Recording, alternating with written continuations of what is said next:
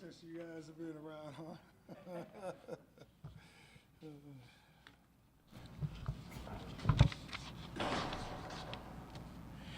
Today's National Signing Day, and the good thing about us is now with it being an early signing period in December, we were able to sign 19 student athletes in December, and we were able to. Anytime you talk about recruiting, it's all about you meeting your needs and fulfilling your needs, and you look at us now with the 19, we had 4 early enrollees.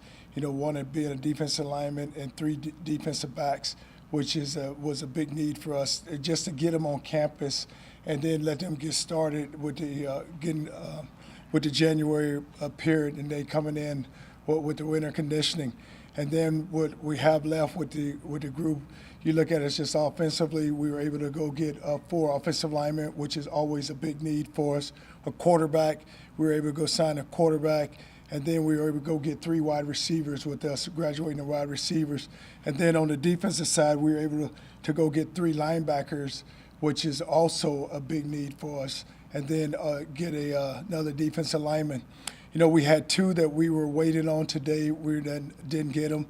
But still, with the way it is now with the transfer portal, we're going to able to go into the portal, and now we can take those 2 that we have left and find who we really need.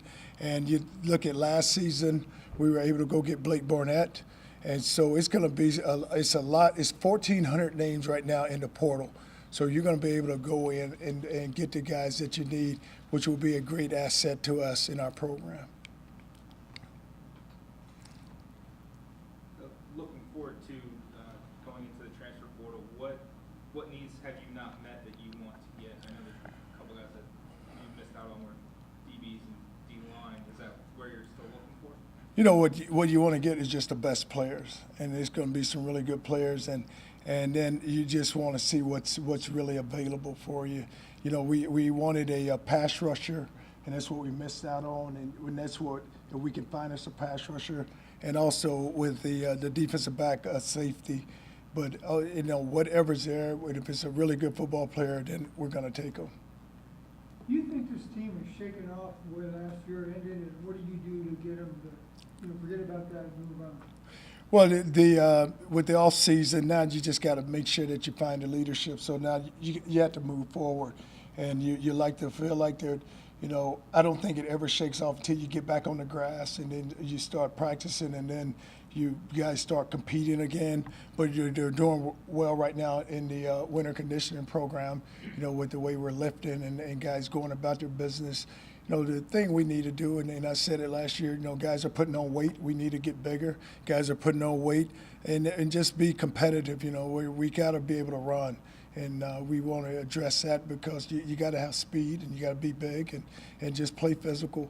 But you feel like that now with the way the team is moving and with the senior leadership that you have, guys have been under us now for 2 years going into a 3rd season. So now they know what they really expect. Do you think normally you would want to keep a coaching staff, and that's the best thing. Do you think, though, that in this case, maybe bringing in so many new coaches with new ideas and stuff helps produce a different outlook, that they're not, it's a different group and maybe a different kind of enthusiasm? Well, sometimes you feel like when you make a change with your coaching staff, everybody talks about continuity, and with a lot of staff, you do have a continuity. But when you have the season we had last year, change is really needed, and change was needed, and it just gives the players just a different outlook, and then they get a lot more positive. They start working a little harder. And now they have a chance, with us being a young team that we are, now they really have a chance to, just if they can clean their slate and start back to work again. You think, you mentioned this a little bit, one of the things you said last year was if you didn't think the team was physical enough, particularly up front, that you didn't have enough, mentioned a little bit. Do you think you're going to be bigger and stronger up front this year than you were last year? Well, I look at it, it starts up front with your defensive front. So you look at your offensive line, offensive and defensive front, but you look at your offensive line, you have 5 guys that are back now. And then you have guys that have played behind them, like Wiggs have played a lot behind them. But you have guys, Roberson, guys that have played. And then on the defensive side, your 6 interior linemen are back. And so, Livingstone is back on the outside. We're going to take Reeves and move him back up front. So Reeves is back. But you have guys that have played a lot of football now. So now, and you want to get them bigger. So now with them getting bigger and stronger, you can feel like you will be a physical football team. But that's where it's got to start at. And with our offensive line, with it being in place, because you look at the 2 guys with Jennings and Norman being your 2 tackles, Atterbury being in there, Meach being inside at the guard, and so you feel like, hey, we have enough in there now that we should be strong and we should be a physical football team. That's where it all starts at. You've given Kerwin complete control of the offense, Mhm. I guess. Are you personally going to get more involved with the defense this year, or are you going to pretty much show you the same role? I stay on. I swear, I can't stay away from the defense, and not that I go in and try to tell them what to do, but I have ideas that I like to offer, and even on the offensive side, I told Kerwin, and he's been around and he's ran it, but we have got to match more our offense and defense, and what I mean by match more is that when we practice it, when we go against one another, guys got to understand that. The reason why we are scrimmaging or we going inside drill or whatever we're doing against one another is matching up where the defense is getting what they need and the offense is getting what they need. And it can't be one of those where you feel like you're servicing, where the offense said, well, I'm running this play for you guys. No. You run that play because you need to run that play. Don't worry about what we do on defense. We're going to get lined up. You guys get lined up and just run the play. In other words, you want both of them to do what they're going to normally do in games and stuff. You don't want a team want the defense to just, okay, we're going to now react to this or whatever. Well, I don't want the defense to feel like that they're the scout team for the offense, where they don't have to. Hey, well, let them run the play. Well, we're not gonna see that. No, it's you line up and you play, and it's all about improvement. It's all about technique, and it's about fundamentals. Do you feel like, Coach, you still need to go out and get kind of a sit-down linebacker? And along those lines, how is Nico coming along? Sawtell he just came out last week where he got a operation to get everything cleaned up, and he should be ready at the start of a fall camp. And then, with the linebackers, we're getting bigger. Is what you see now because of the way offenses spread you out so much. You got guys who can be able to sit down and guys who got to be athletic enough where they can run. Because what it is it's all a matchup game now. And they got a running back there, and they feel like, they can get him outside on the edge, and you can't run and catch him. Then they're gonna make you defend that.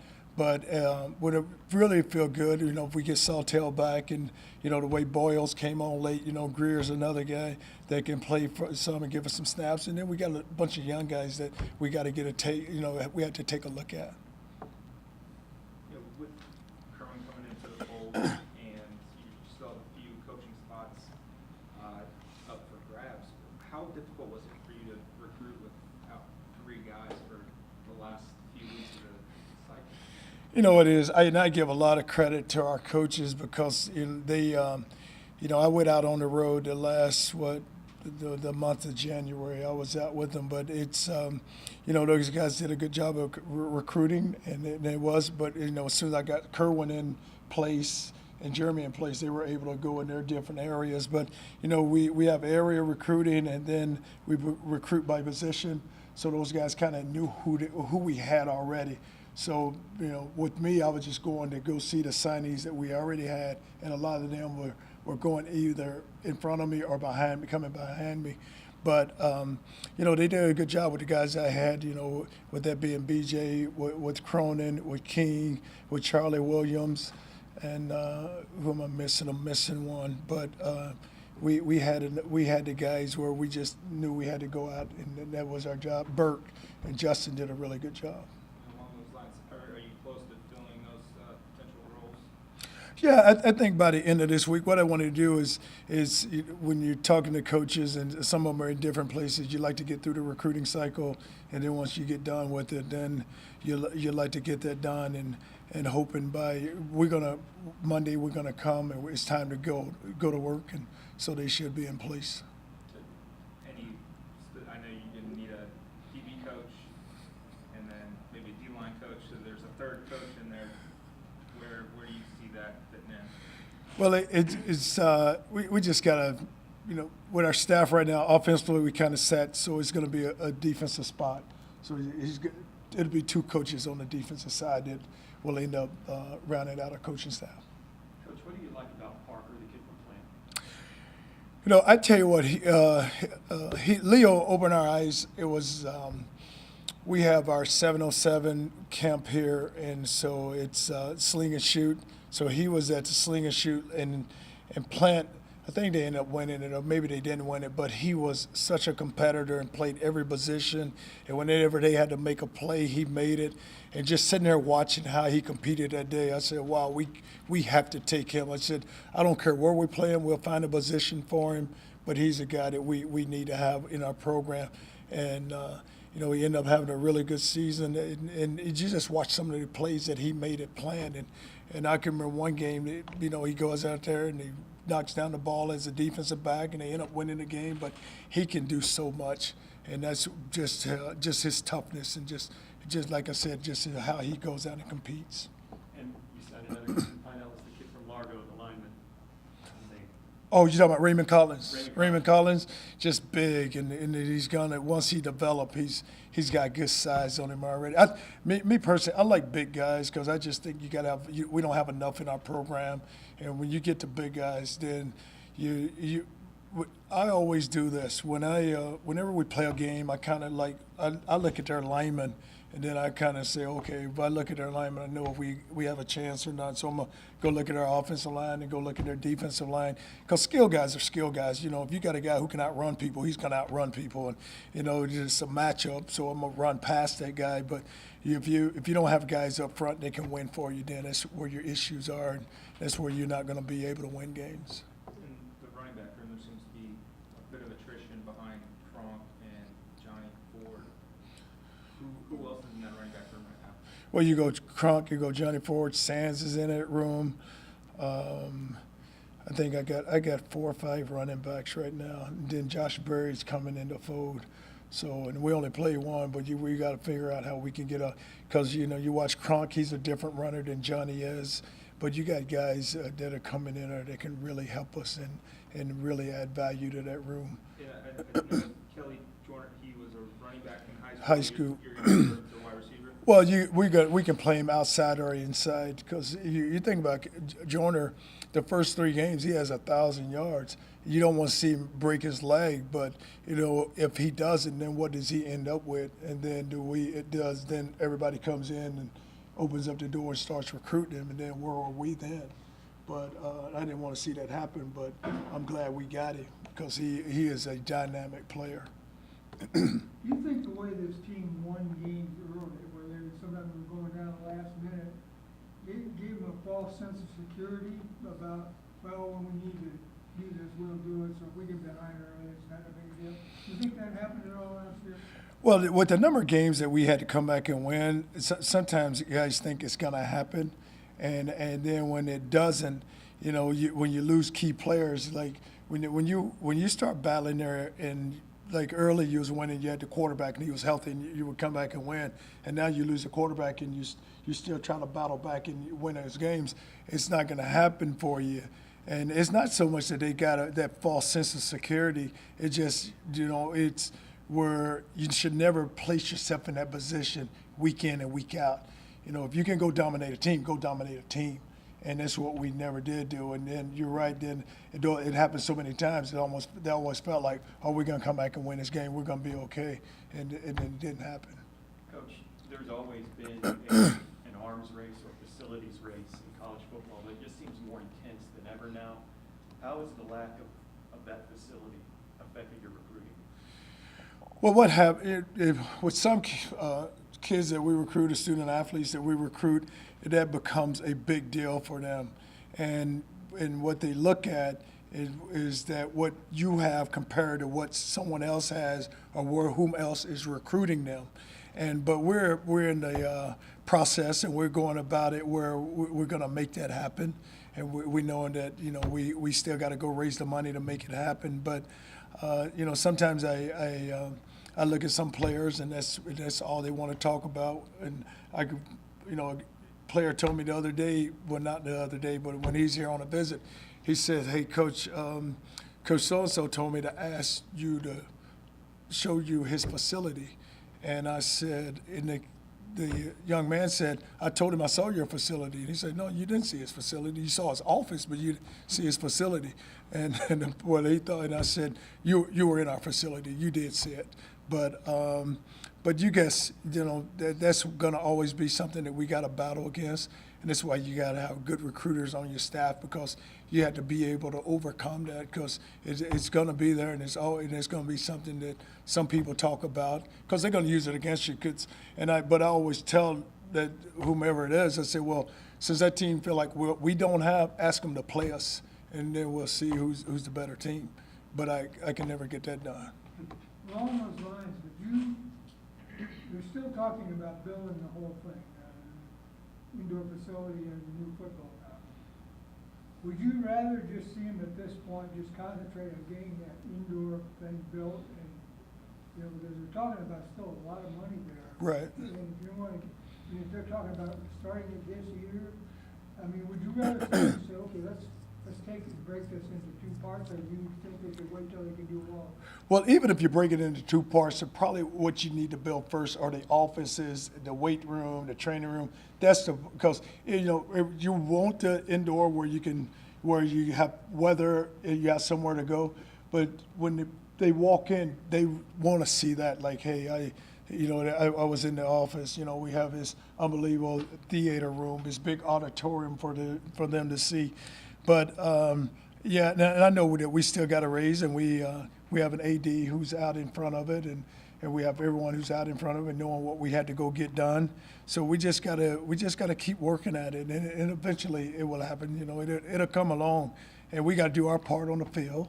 And so if you do your part on the field, then you're going to be able to raise what you need to get done. From a football standpoint, though, that's kind of, just pure football without talking recruiting. Aren't you better off if you have an indoor facility going up and know that you can schedule practice and know it's going to be held? Well, you do, but the way you just got to be able, right now the way we practice, if you get out there before you feel like the rain is coming, then you can get your work done. But when you bring them in and they see a facility where they see new offices, that's what they're interested in. Where you see a new weight room, where you see, hey, they do have a game room, or they have this. That's what they're looking at. Because with the indoor facility, it's not so much they're looking at that, because they're going to look outside. They see I'm practice talking about fields. From your standpoint. From my standpoint, As no. a coach. As a coach, I would rather see the building built with the offices, the new weight room, that first, and then, because I'm gonna get my work in. Because if it rains, I'm gonna work around the rain. I'm gonna try to get it before the rain come. I'm gonna try to get it after the rain. I'm gonna get it in. And then, with the Bucks having their new facility, if it's really bad, we can always make a call there and go over and practice. They'll work with us. What drew you to Kerwin Bell after Sterling left for as an offensive philosophy going forward? Well, Kerwin and I was, when Kerwin was a player at Florida, I was a GA, then I moved into an assistant position. And so him and I have always stayed in contact with one another. And then when he got the JU job, we were still in contact. And so when he won the national championship, I didn't even know if I could get him, because I just thought that, with him having success at Valdosta, he may have wanted to stay there. And I'm glad we did get him, because I just know that he's going to be able to help this team. And, the thing he does, he's one of those guys that he has a system. He knows exactly how he wants it ran. He knows exactly what he wants done. And I just think that he's going to do an unbelievable job. How vital was it for Cade to come along with him when Kerwin and you were discussing coaches coming over? Well, I laugh about it because Cade would text me more than Kerwin would. We were talk whenever we would talk, and I knew Cade when he was growing up, and so you know it's always good. Like whenever you have a system and you bring in someone with you, it always helps because there's someone else who can help teach it. If you're just the only one that comes and you don't really feel comfortable because you're sitting in a room where you got to teach it to 4 or 5 guys, where you're sitting there bored, whereas you have someone else like with Jeremy being an O-line coach. Jeremy knows the system, so it really helps but it helps the other coaches who's trying to learn it because you can always go to someone else and say, hey, now tell me that play. Now what are we trying to do? What are we trying to get accomplished? You feel like because of the way last season ended, was any extra pressure on you or this team to turn things around quickly? Or you just go by and say, look, we just got to forget that and go?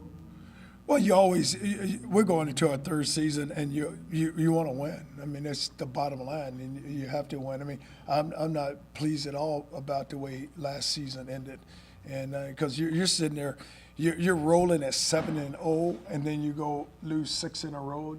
No, you can't be happy about that, and. You know, for us, we do need to get going because we're better than that. And when you address it, you know, I have addressed it with the players. They understand it, and they feel bad. And when you get the players to feel bad about it, then you know you're headed in the right direction. And you lose 6 in a row, but you still ended up going to a bowl game, losing a bowl game, but you got to a bowl game. So you know, it's they want to get better. And they will get better, and they'll work to get better. And as a coaching staff, it will make it happen. I'm not concerned about that because we have enough good players where it's not like you're looking at it and you say, oh my God, we're a million miles away. We're not a million miles away. We can get it done and get it done very quickly. Kermit's offense seemed to be very aggressive, 3rd and 4th downs, plus side of the field. Where are you going to shift toward that? You know, a little bit more ultra aggressive. You know, go for it on 4th and shorts, more often on the plus side, not try to field goal or punt from the plus side. And do you make that call ultimately?